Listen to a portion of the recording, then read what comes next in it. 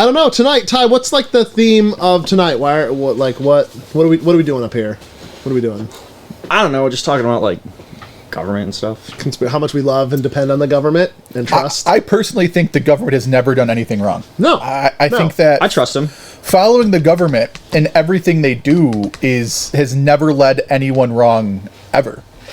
That's why I carry a cell phone, so I can just dial 911 if I'm being stabbed. Yeah. I mean, has the government ever led anyone wrong in its history of governing? No, I don't think. Not our government. Definitely not the United States government. We've never had concentration camps. No, we're for Japanese Americans during World War II. We try to look out for the little guy, like the railroads, definitely the oil railroads. tycoons, Yep. like We, the mom and pops of America. I think one thing our government does so well is we're really good at sending our poor to die overseas so the rich can get richer. That's a quality move by our government. I personally have never seen them do anything wrong. I'm from Buffalo, and nothing has happened in the last year. Oh my gosh!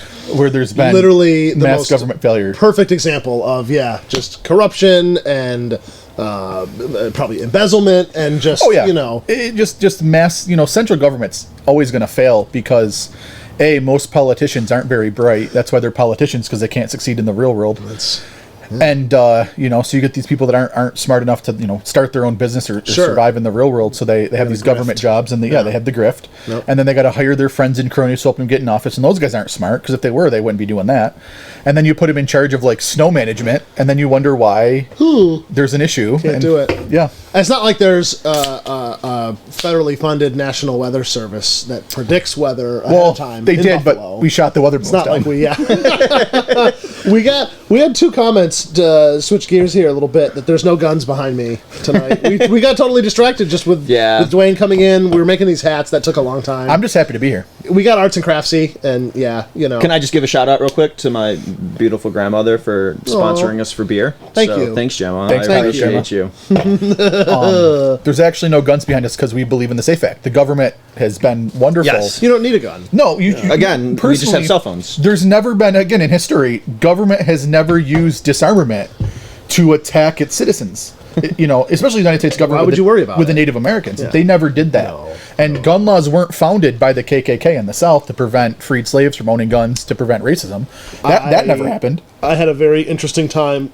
Yesterday, we had a group called Leadership Genesee come in. Yeah. They have them all over, right, where they take other, prominent members of the community, they bring them together, they have like a class every year of them that they just work on being better stewards of their county and their community, right? So there was, I think, 10 or so that came out, and we gave them a tour. We did some questioning and answers and stuff, and I brought the Barrett out. Obviously, I had that out on the table, and it was kind of the discussion kind of got to well, why does anyone need that? And it's like, well, why do you need a car that can go 200 miles an hour, 150 miles an hour? It's not called the Bill of Needs. The Bill of kind of be cool if we had one. That's the thing, and that's where I use, we talked about this earlier with I spoke in Syracuse to a bunch of people about the Second Amendment and if it's dead or not. Look, the Second Amendment's only dead in New York if you're willing to say it's dead. I mean, if you just don't comply, you're fine.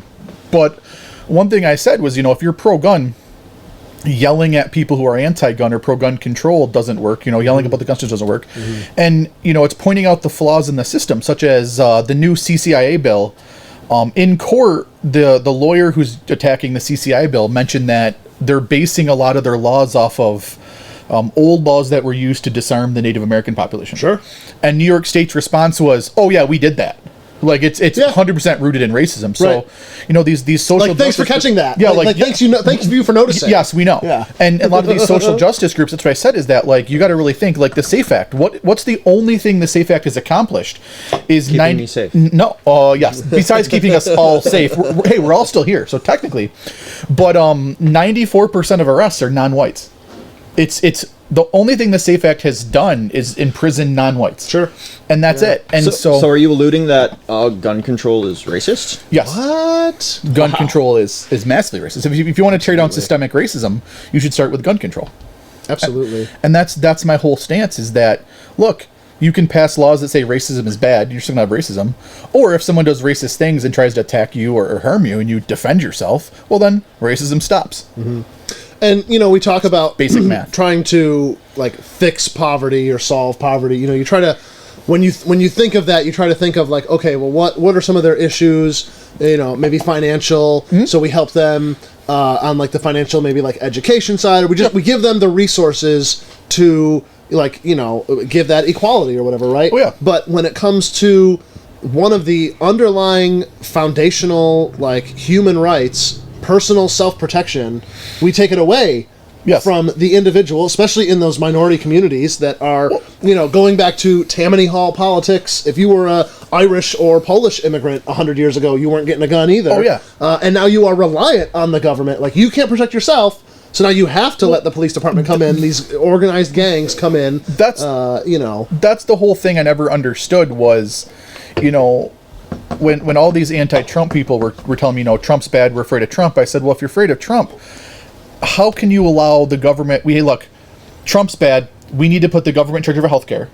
We need to put the government in charge of our protection. But we don't like this guy who's now in charge of our healthcare. Right, not like that. But not him. No, not like that. Yeah, and it never made sense to me, and that's why, my anti-government views are established, because I haven't elected a president in my lifetime. None of them have been good. Sure. And we keep relying on this large central government to save us, and all they're really doing is, people like to say trickle-down economics doesn't work. Trickle-down taxation doesn't work. I pay 50% of my income to taxes, so then some bureaucrat in D.C. can make $250,000 a year to do nothing, and then it trickles down to the state, so, Kathy Hochul and her cronies can make a bunch of money to give the Pagulas $500 million of the Seneca money. We needed, and the Senecas really did, because they're not a poor. They're not a poor. If you put like, are you gonna put money into boring old railroads or football? Well, there's never been a Football railroad. anytime. There's never been a railroad disaster in the history of the country. Nope. So why would you put money in the infrastructure in railroads? There's never been a railroad incident in Orchard Park. I mean, so they fixed, you know what I mean? Like, if you put enough money into Actually, one town, has there been? There probably has been.